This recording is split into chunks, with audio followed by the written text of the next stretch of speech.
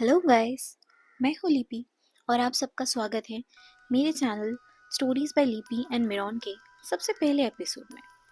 Since आज हमारा पहला एपिसोड है तो मैंने सोचा क्यों ना अपने ही फैमिली मेम्बर से कलेक्ट की गई कुछ सच्ची डरावनी घटना से शुरू किया जाए। तो दोस्तों, ये कहानी मैंने अपनी माँ से सुनी थी, जो कि आज मैं आप सबके साथ शेयर करने जा रही हूँ। ये कहानी को मैंने नाम दिया है माँ का साया, एक सच्ची डरावनी कहानी। दोस्तों, आज की कहानी शुरू करने से पहले एक बात कहना चाहूंगी। हम सब जानते हैं माँ का प्यार दुनिया में सबसे पवित्र होता है, लेकिन क्या हो अगर वो प्यार मौत के बाद भी आपका पीछा न छोड़े।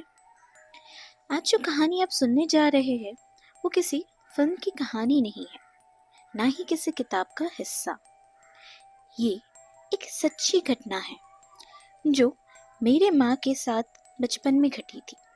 एक ऐसी कहानी जिसे सुनकर आपके भी रोंगटे खड़े हो जाएंगे, आपको ये सोचने पर मजबूर कर देगा कि सच में ऐसा भी हो सकता है।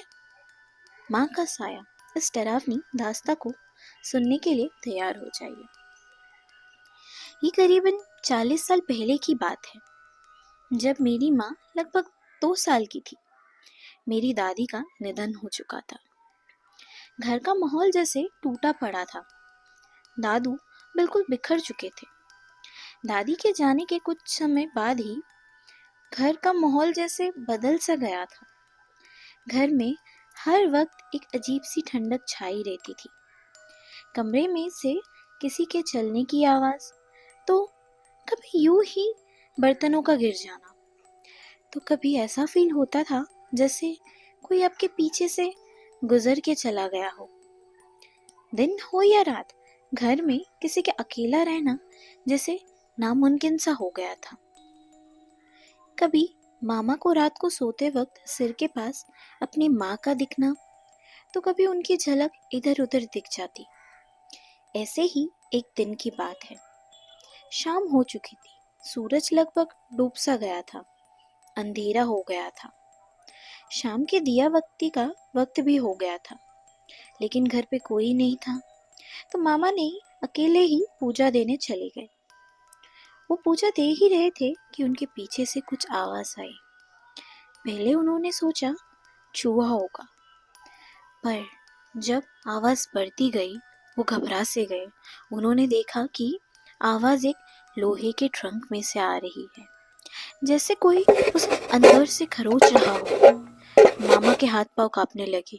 वो डर के मारे तुरंत घर से बाहर चले गए और जोर जोर से कहने लगे, रोने लगे कि अंदर कुछ है, अंदर कुछ है। तभी आसपास के लोग मामा की आवाज सुनकर उनके पास भाग के आते हैं। सबने जब पूछा कि क्या हुआ, तो मामा ने सब सच सच बता दिया। ये सब सारी बातें मामा के मुंह से जब उनकी मासी ने सुना, तो उन्होंने कहा, चल अंदर जाके देखते हैं, वो क्यों अपने ही बच्चों को इस तरीके से डरा रही है। मम्मी की मासी, जो कि मेरी दादी लगती है, वो बहुत निडर थी। वो ये सब चीजों से नहीं डरती थी। मासी ने अंदर जाके वही ट्रंक खोला जिसमें से आवाज आ रही थी।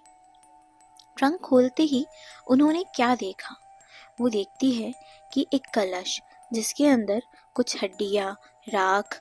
उन्होंने जब दादू को पूछा कि ये सब क्या है, तो दादू ने बोला कि वो दादी से बहुत प्यार करते हैं और वो उनके बिना नहीं रह सकते, वो उन्हें जाने नहीं देना चाहते।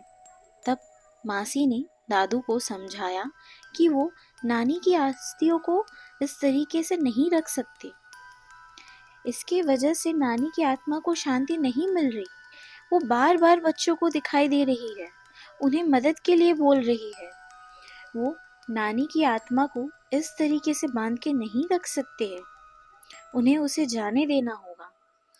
आखिर मासी और कुछ बड़ों के समझाने के बाद दादाजी ने दादी की अस्थियां को गंगा में विसर्जित कर दिया।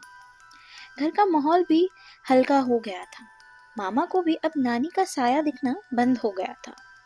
सबको लगा नानी की आत्मा को शांति मिल गई। लेकिन कहानी अभी खत्म नहीं हुई थी। उनका साया, उनकी फिक्रमंद प्यार उनका पीछा नहीं छोड़ा और अब वो सिर्फ एक इंसान के लिए इस दुनिया में लौट कर आने लगी। वो थी मेरी माँ। ये तभी की बात है जब मेरी माँ लगभग 5 से 6 साल की छोटी बच्ची थी।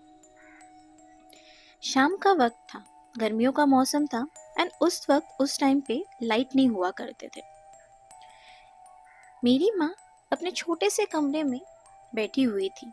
घर में एक हल्का सा लालटेन था और घर के बड़े सब बाहर बैठ के हवा खा रहे थे, बातें कर रहे थे, जैसे गांव में पुराने जमाने में हुआ करता था। मेरी माँ को अचानक लगा कि छत पे कोई चल रहा है। उन्होंने ऊपर देखा। उस वक्त नाना का घर मिट्टी का बना हुआ था और छत छपरे से बना हुआ होता था। माँ ने ऊपर देखा तो लगा जैसे कोई छपरे में ऊपर से इधर से उधर जा रहा हो, जैसे एक तरफ से दूसरी ओर चलकर जा रहा हो। मेरी माँ घबरा गई। वो छोटी थी, उन्हें समझ नहीं आया कि क्या है। वो रोने लगी, चीखने लगी, बाबा बाबा, ऊपर कोई है। दादू और सब लोग भाग के दौड़ के कमरे में गए। उन्होंने देखा माँ बुरी तरह से कांप रही थी। वो सब घर के बाहर आए और छत पर देखने लगे। कोई नहीं था, कोई इंसान ना कोई जानवर, कुछ भी नहीं। और अगर कोई होता भी तो सब घर के बाहर ही बैठे थे, उन्हें वो पहले दिख जाने चाहिए थे। लेकिन माँ के चेहरे का डर देखकर वो सब समझ गए कि माँ झूठ नहीं बोल रही। उन्होंने सच में किसी की आवाज सुनी थी। दादू समेत सभी घर वाले समझ गए कि ये दादी की ही आत्मा थी। वो अपने बच्ची को देखने आई थी। नानी की आत्मा बस ये देखना चाहती थी कि उनकी बेटी सुरक्षित है या नहीं, पर उनका प्यार डर बनकर उनकी बच्ची को डरा रहा था। दादी के मौत के बाद दादी की बहन, जो कि माँ की मासी लगती थी, उन्होंने ही मेरी माँ का देखभाल किया। वो एक तरह से उनकी दूसरी माँ बन गई थी। मासी को दादी के आने का आभास उनकी उपस्थिति बहुत पहले से ही होने लगी थी। ये बात तब की है जब मासी घर के बाहर बर्तन धो रही थी और मेरी माँ उनके पास खेल रही थी। तभी मासी को अचानक से किसी के दौड़ने की आभास हुई। धीमी, फिर तेज, फिर धीमी, जैसे कोई बिना जमीन को टच किए हुए हवा में इधर से उधर आंगन के एक कोने से दूसरी कोने तक भाग रहा हो। उन्होंने तुरंत पहचान लिया। मासी का शरीर एक पल के लिए ठंडा सा पड़ गया। उन्होंने पता था ये उनकी डरने का वक्त नहीं है। और फिर उस डरावनी जगह पर उन्होंने जो किया वो सिर्फ एक बहन ही कर सकती थी। मासी ने आंखें बंद की और पूरी ताकत से अपनी आत्मा से पूरी आवाज से कहा, तू चली जा यहाँ से। जिसका काया नहीं उसे माया नहीं दिखाना चाहिए। तू जा, तेरी बेटी मेरे पास सुरक्षित है, मैंने उसे संभाला है। तू बार बार ऐसे मत आ, वो बच्ची है, वो डर जाती है। मेरी बात मान, तू चली जा यहाँ से। और अगले ही पल माहौल हल्का हो गया। नानी की आत्मा वहां से जा चुकी थी। इस बात को सालों बीत गए। वो छोटी बच्ची मेरी माँ अब बड़ी हो गई थी। 18 साल की उम्र में उनकी शादी तय हो गई। इस दौरान दादी का साया शांत था। शायद उन्हें दूर से ही तसल्ली कर ली थी। जिस दिन शादी थी, मासी घर पर रुकी हुई थी, क्योंकि रिवाज के मुताबिक लड़की शादी के बाद पहले अपने घर आती है, फिर वहां से विदाई होती है। रात हो चुकी थी। मासी दुल्हा दुल्हन के आने का इंतजार कर रही थी कि उतने में ही उनकी हल्की आंख लग आती है। तभी एक आवाज आई, धीमी पर बिल्कुल साफ थी, तू अपनी बेटी की शादी में नहीं जाएगी? मासी समझ गई ये कौन थी। उन्होंने हल्की आंख खोला। हल्की नींद वाली आंखों से उन्हें लगा कि दरवाजे के पास उनकी बहन खड़ी है।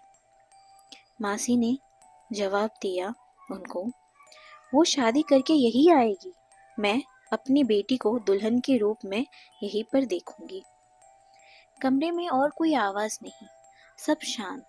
और फिर वो आवाज, वो उपस्थिति धीरे धीरे, जैसे रोशनी बुझती है ना, वो वैसे ही गायब हो गई।